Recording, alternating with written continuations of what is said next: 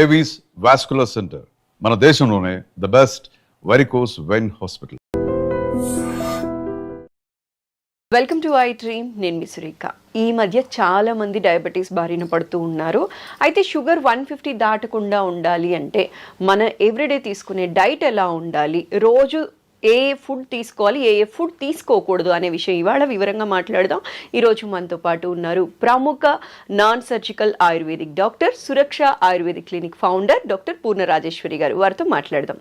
నమస్కారం అమ్మ. నమస్తే అమ్మా. ఎలా ఉన్నారు? బాగున్నాను, థ్యాంక్ యూ. అమ్మ, జనరలీ ఏంటి అంటే షుగర్ 150 దాటకుండా ఉండటం కోసం చాలా కష్టపడుతూ ఉన్నారు. చాలా మంది డయాబెటీస్ బారిన పడిన వాళ్ళందరూ కూడా తగ్గించడానికి చాలా కష్టపడుతూ ఉన్నారు. అసలు డయాబెటీస్ బారిన పడకుండా ఉండాలి అంటే, 150 దాటకుండా ఉండాలి అంటే ఎవ్రీడే ఏ ఫుడ్ తీసుకోవాలి, ఏ ఫుడ్ తీసుకోకూడదు? అంటే జనరల్గా ఏంటంటే డయాబెటీస్ అనేది ఈ రోజుల్లో పెద్ద ఒక రకమైనటువంటి శాపం అనుకోవాలి. పాత రోజుల్లో ఏంటంటే తిండి లేక చాలా కరువులో ఉండి చాలా ఇబ్బందులు పడుతుండే, క్షామంలో ఉండి చాలా ఇబ్బందులు పడుతుండే వాళ్ళం మన భారతీయులు. ఇప్పుడు ఏంటంటే చాలా కష్టపడి ఆర్థికంగా బలపడ్డాం, కానీ ఆరోగ్యపరంగా చాలా బలహీనం అయిపోయాం. దానికి ఎగ్జాంపుల్ ఏంటంటే మనకు వస్తున్న diabetes, hyper tension, main problems, life style disorders అంటారు వీటిని. అలాంటివి చాలా ఉన్నాయి మనకి. ఆస్మా కానీ, ఒబిసిటీ కానీ, ఇవన్నీ చాలా వస్తాయి. అవన్నీ నెక్స్ట్, కానీ ఫస్ట్ అండ్ ఫార్మోస్ట్ డయాబెటీస్ అనమాట. ఎందుకంటే తినడానికి ఉండదు, ఏం తినడానికి ఉండదు. ఏది తినాలన్నా నోట్లో పెట్టుకోవాలంటే భయంగా తినవలసి వస్తుంది. కొంతమంది చాలా స్ట్రిక్ట్గా ఫాలో అయిపోతారు, ఇంకా వాళ్ళకి తినడానికి ఏం ఉండదు అనమాట. అసలు అంత డ్రై ఇదిలో ఉంటారు, అంటే కరువులో ఉన్నట్టుగా, ఉపవాసంలో ఉన్నట్టుగా ఉంటారు అనమాట. అందుచేత కొంచెం ప్రణాళికాబద్ధంగా ఆహారాన్ని వాళ్ళు ప్లాన్ చేసుకుంటే మంచిగా ఆరోగ్యంగా తీసుకోవచ్చు. టేస్టీ ఫుడ్ కూడా తీసుకోవచ్చు. ఓకే. అంటే జనరల్గా టేస్టీ ఫుడ్ అంటే ఎలాగో అనారోగ్యకారకం అని చెప్పేసి వాళ్ళు భయపడతారు, కానీ ఇంట్లోనే కొన్ని టేస్టీ ఫుడ్స్ కూడా మనం చేసుకోవచ్చు. ఇందులో కొంచెం వీలైనంత వరకు చెప్పడానికి ప్రయత్నం చేద్దాం. సో ముఖ్యంగా ఏంటంటే వాళ్ళు ప్లాన్ చేసుకోవాల్సిన ఆహారంలో క్యాలరీస్, కార్బోహైడ్రేట్స్ అందరూ చెప్పేది తగ్గించేసేది అనేది చాలా ఇంపార్టెంట్. ఆ తర్వాత ఏంటంటే ప్రోటీన్స్ ఎక్కువగా ఉండాలి. తర్వాత అందరూ చాలామంది పట్టించుకోని విషయం ఏంటంటే పీచు పదార్థాలు ఎక్కువ తీసుకోవాలి. సో ఫైబర్ రిచ్ ఫుడ్, పీచు పదార్థాలు ఎక్కువగా ఆహారం తీసుకోవడం వలన డయాబెటీస్ని మనం మేనేజ్ చేసుకోవచ్చు. డయాబెటీస్ తగ్గడం అనేది ఏమి ఉండదు, మేనేజ్మెంటే. మనం మేనేజ్మెంట్ని కరెక్ట్గా మేనేజ్ చేసుకోగలిగితే చాలు అనమాట. అది చాలు. మెడిసిన్స్ ఎక్కువ వాడకుండా, మెడిసిన్స్ వీలైతే లేకుండా కనుక డయాబెటీస్ని మనం మేనేజ్ చేసుకుంటే మోస్ట్ సక్సెస్ఫుల్ పర్సన్ అని చెప్పేసి మనం అవార్డు ఇవ్వచ్చు అనమాట. లేకపోతే ఏంటంటే ఇన్సులిన్ డిపెండెన్సీ అవుతుంది, మెట్ఫార్మిన్ విపరీతంగా వాడుతున్నారు, గ్లైసిఫేజ్ మెడిసిన్స్ విపరీతంగా వాడుతున్నారు, ఇంకా స్ట్రాంగ్ మెడిసిన్స్ కూడా వాడవలసి వస్తుంది.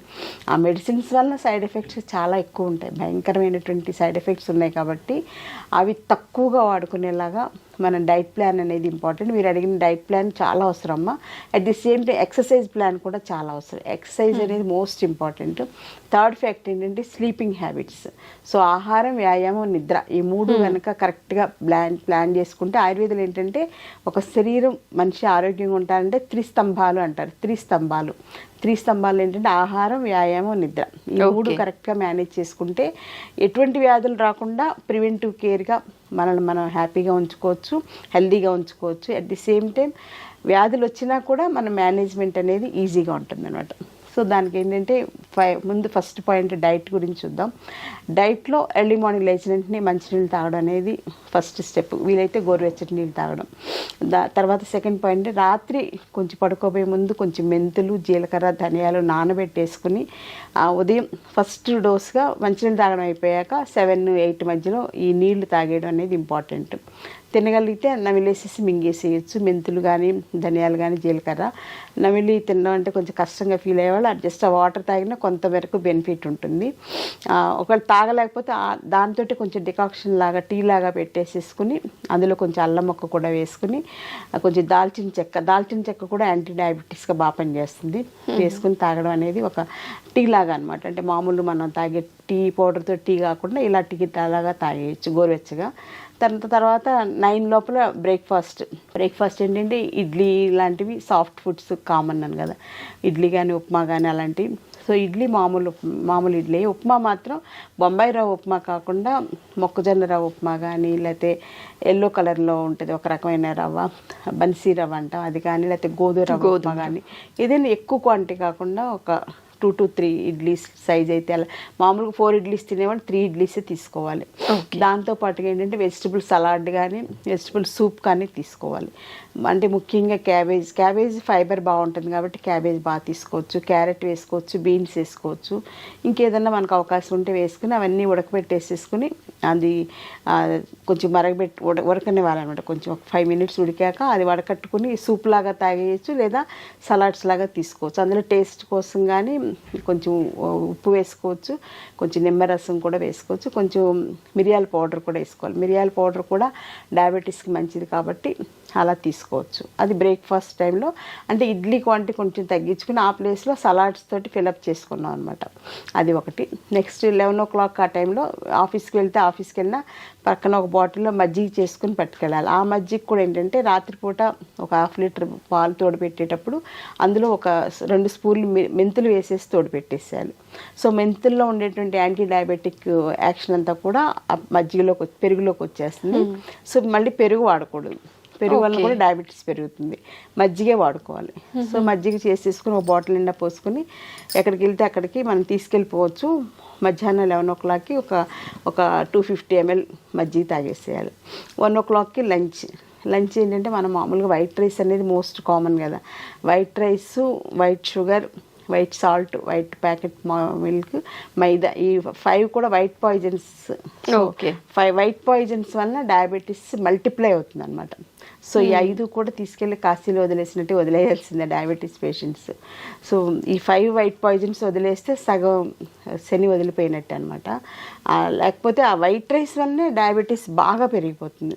సో వైట్ రైస్ ప్లేస్లో మనం ఏంటంటే బ్రౌన్ రైస్ తీసుకోవచ్చు, లేకపోతే నవరార ధాన్యం అని తీసుకోవచ్చు, లేకపోతే రాజముడి ధాన్యం అని చెప్పేసి ఇప్పుడు చాలా వస్తున్నాయి. ప్రకృతి వైద్యం ద్వారా వచ్చేవన్నీ కూడా ఆర్గానిక్లో రైస్వే చాలా వస్తున్నాయి. ఒకవేళ అవన్నీ దొరకకపోయినా జొన్నలు వాడుకోవచ్చు, జొన్న రవ్వ ఉప్మా లాగా చేసుకొని తీసుకోవచ్చు, లేకపోతే గోధుమ రవ్వ ఉప్మా తీసుకోవచ్చు. అలా వీటికి ఆల్టర్నేటివ్స్ తీసుకుంటూ వీక్లీ ట్వైసే బ్రౌన్ రైస్ తినాలి.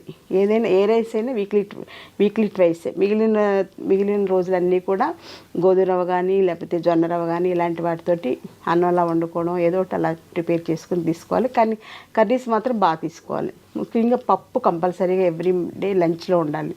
పప్పు ఆకుకూర కానీ, పప్పు మునగాకు కానీ, ఏది వీలైతే అది. టేస్ట్ కోసం పప్పు, మామిడికాయ కానీ ఎలా వీలైతే అలాగా కందిపప్పు కంపల్సరీ తీసుకోవాలి. వారానికి ఒకసారి శనగపప్పు కూడా తీసుకోవచ్చు. ఓకే. అలా శనగపప్పును మనకి క్యాబేజ్ కర్రీస్ ఎలా చేసుకుంటాం కదా అలాంటివన్నీ తీసుకోవచ్చు. దాంతోపాటుగా లంచ్లో జాంకాయ కానీ లేకపోతే బొప్పాయి పండు కానీ ఏదో ఒకటి, అంటే టూ మచ్ క్యాలరీస్ ఉండేటువంటి అరటిపండు, సపోటా పండు, మామిడి పండు కాకుండా జామకాయ, పపాయ, నారింజ, యాపిల్ ఇవన్నీ కూడా అంటే మనం వెతుకుతుంటే చాలా దొరుకుతాయి. మనం చాయిస్ లేదనుకుంటాం కానీ మన ఆ దృష్టితో చూడం అనమాట. అందరూ ఒకే టైప్ ఫుడ్కి అలవాటు పడిపోయాం ఇప్పుడు. అలా కాకుండా కొంచెం డిఫరెంట్గా ఆలోచిస్తే బోల్డ్ దొరుకుతాయి. సో అలా తీసుకోవాలి. అంటే కడుపు నిండాలి కదా. ఇప్పుడు మామూలుగా అయితే అన్నమే చక్కగా ఇంత అన్నం పచ్చడి వేసుకుని, ఇంత అన్నం పప్పు వేసుకుని, ఇంత అన్నం పులుసు వేసుకుని, ఇంత అన్నం పెరిగేసుకుని తింటే కడుపు హాయిగా నిండుతుంది. వైట్ రైస్ కదా, షుగర్ కూడా అలాగే మల్టిప్లై అయిపోతుంది. అందుకని ఏంటంటే బ్రౌన్ రైస్, గోధుమ రవ్వ అవి ఎక్కువ తినలేం, బాడీకి పట్టదనమాట. ఆ ప్లేస్కి మనం ఇలా ఫ్రూట్స్ తోటి బ్యాలెన్స్ చేసుకునేలాగా, లేకపోతే క్యారెట్, లేకపోతే క్యాబేజ్ కానీ సలాడ్స్ లాగా ఏదో ఒకటి తీసుకోవాలమ్మా. తర్వాత మళ్ళీ ఈవినింగ్ 4 o'clock టీ కానీ, తర్వాత ఇంకా ఏదన్నా మజ్జిగ కానీ లేకపోతే హెల్త్ డ్రింక్ అల్లం టీ తోటి కానీ అలాంటివి ఏదో తీసుకోవచ్చు. ఏమీ లేకపోతే కొంచెం కొబ్బరి నీళ్ళు కానీ అలా అయినా పర్వాలేదు. కొబ్బరి నీళ్ళు తీసుకోవచ్చు, ఎక్కువ తీసుకోకూడదు, కొంచెం తీసుకోవచ్చు. అంటే న్యాచురల్ ఫుడ్స్ కాబట్టి పర్వాలేదు, తీసుకోవచ్చు. ఆ రకంగా మేనేజ్ చేసుకోవాలి. డిన్నర్ మాత్రం వీలైతే మానేసేయాలి. అంటే రైస్ ఇవన్నీ కూడా మానేసేయాలి. ఒకవేళ తినకుండా ఉండాలేనంటే చపాతీని కొంచెం కూర ఎక్కువ తీసుకోవాలి. తోటకూర కానీ, పొట్లకాయ కూర కానీ, సొరకాయ కానీ అట్లా ఎక్కువ కూర వేసేసుకుని అందులోకి 1-2 చపాతీలతోటి సరిపెట్టుకోవాలన్నమాట. లేదంటే రాగి జావ ఉంటుంది కదమ్మా, రాగి జావ బాగా ఎక్కువ క్వాంటిటీలో రాగి జావ కానీ, రాగి సంకటి కానీ అలాంటివి తీసుకుని కొంచెం మజ్జిగ తాగడానికి తీసుకుంటే సరిపోతుందన్నమాట. సో ఈ రకంగా డైట్ ప్లాన్ చేసుకోవాలి. పడుకోబోయే ముందు వీలైతే ఒక 250 ml కానీ 200 ml కానీ ఆవు పాలు తీసుకోవాలి. దీనివల్ల ఏంటంటే బాడీలో కాల్షియం డెఫిషియన్సీ రాకుండా ఇలా కేర్ ఉంటుంది. సో మెయిన్గా మానేయాల్సింది ఏంటంటే బిస్కెట్స్ తినడం మానేయాలి. చాలామంది చెప్పేది ఏంటంటే డాక్టర్స్ కానీ ఎవరైనా చెప్పేదంటే మధ్య మధ్యలో ఎప్పుడు ఆకలిస్తే అప్పుడు 2 అవర్స్కి ఒకసారి బిస్కెట్స్ తినేసేయండి అని చెప్తారు. బిస్కెట్స్లో మైదా ఉంటుంది, అందులో ఫ్రక్టోజ్తో చేసినటువంటి షుగర్ బేస్డ్ ఇవన్నీ ఉంటాయి. అలాగే ఆర్టిఫిషియల్ షుగర్ అని చెప్పేసి బయట పంచదార కాకుండా వాడుతుంటారు, అది ఇంకా డేంజర్ అనమాట. అది అస్సలు మంచిది కాదు, క్యాన్సర్ని కలిగిస్తుంది అనమాట అది. సో అలాంటి ఆర్టిఫిషియల్ షుగర్ కూడా వాడకూడదు. వీలైతే మానేసి నోరు అలాగా అలవాటు చేసుకుంటే ఆ చప్పిడిగా అలవాటు అయిపోతుంది. అలా ప్లాన్ చేసుకుంటే సరిపోతుంది. ఈ డైట్ ఇలా ప్లాన్ చేసుకుంటే షుగర్ మీరు అడిగినట్టు 150 దాటకుండా మనం కేర్ తీసుకోవచ్చు. అలాగే ఎక్సర్సైజ్ కూడా చాలా ఇంపార్టెంట్. మన నెక్స్ట్ స్టెప్ ఎక్సర్సైజ్. అలా ఎక్సర్సైజ్ మంచిది కదా అని ఎక్కువ ఎక్సర్సైజ్ చేయడం కూడా మంచిది కాదు. ఎక్కువ జిమ్కి వెళ్ళిపోవడం, ఎక్కువ వాకింగ్ చేసేసేయడం, ఎక్కువ యోగా చేసేసి అతి సర్వత్ర వర్జేత్. సో కొంచెం ఒక 20 to 30 minutes వాకింగ్. చిన్నవాళ్ళు అయితే బ్రిస్క్ వాకింగ్ చేయొచ్చు, కొంచెం పెద్దవాళ్ళు అయితే ఒక మాదిరిగా ఎండ తగిలేలాగా. ఎండ తగలడం అనేది చాలా ఇంపార్టెంట్ శరీరానికి, అదొకటి చాలా ఇంపార్టెంట్. తర్వాత ఏంటంటే యోగా కూడా ఇంపార్టెంట్. యోగాలో స్పెషల్ ఆసనాస్ ఉన్నాయి, పశ్చిమోత్తాసనం, ఇలాంటి ధనురాసనం, ఇలాంటివన్నీ కూడా ప్యాంక్రియాస్ మీద, తర్వాత మూత్రపిండాలు ఉంటాం కదా, కిడ్నీస్ మీద పనిచేసేలాగా ఉంటాయి. అవి స్పెషల్గా ఆయుర్వేదిక్ యోగా డాక్టర్ గైడెన్స్లో నేర్చుకుంటే కనుక యోగా కూడా రెగ్యులర్ యోగా అనేది చాలా ఇంపార్టెంట్. అలాగే ప్రాణాయామ సెషన్స్ ఉంటాయి, breathing exercises. So breathing exercise అని ఏంటంటే అందరూ అనుకున్నట్టు ఊపిరితిత్తులకి ఆక్సిజన్ అందడమే కాదు, ప్రాణశక్తి కూడా అందుతుంది అనమాట. అందుకే దాన్ని ప్రణవ ప్రాణాయామ అంటారనమాట. సో అలాంటి చెప్పే యోగా డాక్టర్స్ చాలామంది ఉన్నారు. అలాంటి యోగా క్లాసెస్ కూడా ప్లాన్ చేసుకుని 1 month గురువు పర్యవేక్షణ నేర్చుకుని తర్వాత వాళ్ళకి వాళ్ళు చేసేసుకోవచ్చు. సో థెరప్టిక్ యోగా చెప్పేవాళ్ళు కూడా డాక్టర్స్ చాలామంది ఉన్నారు. అందులో డయాబెటీస్ కోసం స్పెషల్గా ప్లాన్ చేసుకోవాలి. సో వాకింగ్ చేసుకోవాలి, ఎండ తగిలేలాగా యోగా చేసుకోవాలి, ప్రాణాయామం చేసుకోవాలి. ఎక్సర్సైజ్ అనేది 1 hour మినిమం. అలాగే ఆఫీసులకు వెళ్ళిన వాళ్ళు కూడా మధ్య మధ్యలో ఎప్పుడు గ్యాప్ దొరికితే అప్పుడు సుఖ ప్రాణాయామ కానీ ఏదో ఒకటి ప్రాణాయామ ప్రాక్టీస్ చేసుకుంటే చాలా మంచిది అనమాట. వైటల్ పవర్ పెరుగుతుంది మనలో ప్రాణాయామం వలన. సో దీంతో పాటుగా సౌండ్ స్లీప్. నైట్ 9:30 to 10 లోపల పడుకోవాలి. మార్నింగ్ ఫ్రెష్గా 4, 6, 7 లోపల లేవాలన్నమాట. ఇంకా 7 దాటి నిద్ర లేస్తే అసలు వాళ్ళకి రోజంతా కన్ఫ్యూజను, మెటబాలిజం అంతా కూడా ఇర్రెగ్యులర్ అయిపోతుంది. సో డయాబెటీస్ అనేది మెటబాలిక్ డిజార్డర్ కాబట్టి మన శరీరంలో ఉండేటువంటి మెటబాలిజంని మనం కోఆర్డినేట్ చేసుకుంటూ అనుసంధానంగా ఆహారం, వ్యాయామం, నిద్ర ప్రణాళికబద్ధంగా చేసుకుంటే డయాబెటీని అధిగమించవచ్చు. అలాగే డయాబెటీస్ తోటి మేనేజ్ చేసుకోవచ్చు.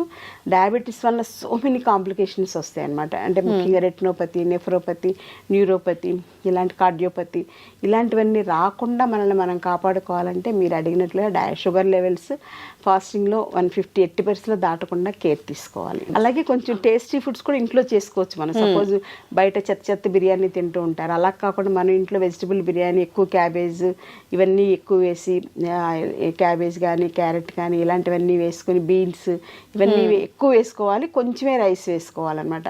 ఆ రైస్ వెజిటబుల్స్ ఎక్కువ ఉంటాయి అప్పుడు అలాంటి బిర్యానీ మనం టేస్టీగా చేసుకుంటే చాలా బాగుంటుంది అనమాట. బయట దొరికే వాటికన్నా కూడా. బయట ఏంటంటే వాళ్ళు కలర్స్ వేస్తుంటారు, కెమికల్స్ వేస్తుంటారు రుచి కోసం ఎక్స్ట్రా.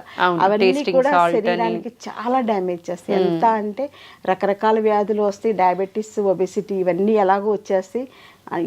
వాటిని అధిగమించి క్యాన్సర్ లాంటివి కూడా ఈ ఫుడ్స్ వలన వస్తున్నాయి. కాబట్టి అందులో ఫుడ్స్లో పెట్టేసే కలర్స్ మోస్ట్ డేంజరస్ అనమాట.